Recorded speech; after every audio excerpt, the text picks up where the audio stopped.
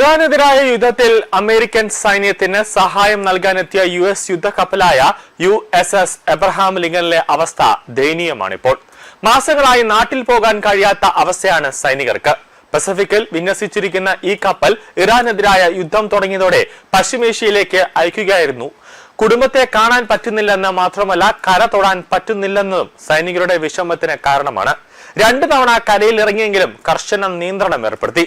കപ്പലിൽ പ്രാഥമിക ആവശ്യത്തിന് മതിയായ സൗകര്യമില്ലാത്തതും സൈനികരെ മനം മടുപ്പിക്കുന്നുണ്ട്. തുടർന്ന് 6 സൈനികർ കടലിൽ ചാടാൻ ശ്രമിച്ചുവെന്നും മിലിറ്ററി ടൈംസ് റിപ്പോർട്ട് ചെയ്യുന്നുണ്ട്. വിഷയത്തിൽ US പാർലമെന്ററി അംഗങ്ങൾ ഇടപെടുന്നു. ആണവായുധം വഹിക്കുന്ന അമേരിക്കൻ യുദ്ധക്കപ്പലാണ് USS എബ്രഹാം ലിങ്കൺ. അമേരിക്കയുടെ ഏറ്റവും വലിയ യുദ്ധക്കപ്പലിൽ ഒന്നാണിത്. 5000-ലധികം നാവികർ ഈ കപ്പലിലുണ്ട്. 9 മാസമായി ഇവർ കപ്പലിൽ കഴിയുന്നു. പ്രാഥമിക ആവശ്യത്തിനുള്ള സൗകര്യങ്ങൾ കപ്പലിൽ പോലുമില്ല. ചിലർ ടോയ്ലറ്റുകൾ പണിമുടക്കിയതും തിരിച്ചടിയായി. പസഫിക്കിലെ ഗുവാമിൽ കഴിഞ്ഞ ഡിസംബറിൽ സൈനികരെ ഇറങ്ങാൻ അനുവദിച്ചിരുന്നു. ജൂലൈയിൽ ഒമാനിലും ഇറങ്ങാൻ അനുവദിച്ചു. എന്നാൽ കടുത്ത നിബന്ധനകളോടെയാണ് സൈനികരെ കരയിൽ ഇറക്കിയത്. നിശ്ചിത പരിധി വിട്ട് പോകരുതെന്നും സമയം നിശ്ചയിക്കുകയായിരുന്നു. അതിവേഗം തിരിച്ചു കയറാൻ ആവശ്യപ്പെടുന്നുണ്ട്. അതായത് അവർക്ക് ഇത്ര സമയത്തിനുള്ളിൽ കപ്പലിന് പുറത്തിറങ്ങിയാൽ അത് കപ്പലിനകത്ത് തിരിച്ചു കയറിയിരിക്കണമെന്നുള്ള കർശനമായ ഒരു നിർദ്ദേശം നൽകുന്നുണ്ട്.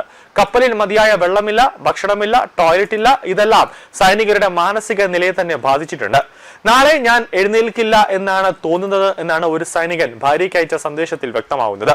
കടലിൽ ചാടി മരിച്ചാലോ എന്ന് തങ്ങളുടെ മകൻ ചിന്തിക്കുന്നുണ്ടെന്ന് മറ്റൊരു സൈനികന്റെ രക്ഷിതാക്കൾ പ്രതികരിക്കുന്നുണ്ട്.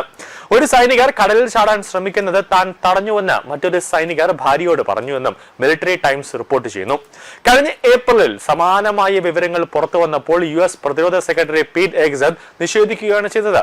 സൈനികരുടെ അവസ്ഥ എന്താണ് എന്നതിൽ കൃത്യമായ ഉത്തരം വേണമെന്ന് ഡെമോക്രാറ്റ് അംഗങ്ങൾ ആവശ്യപ്പെട്ടു.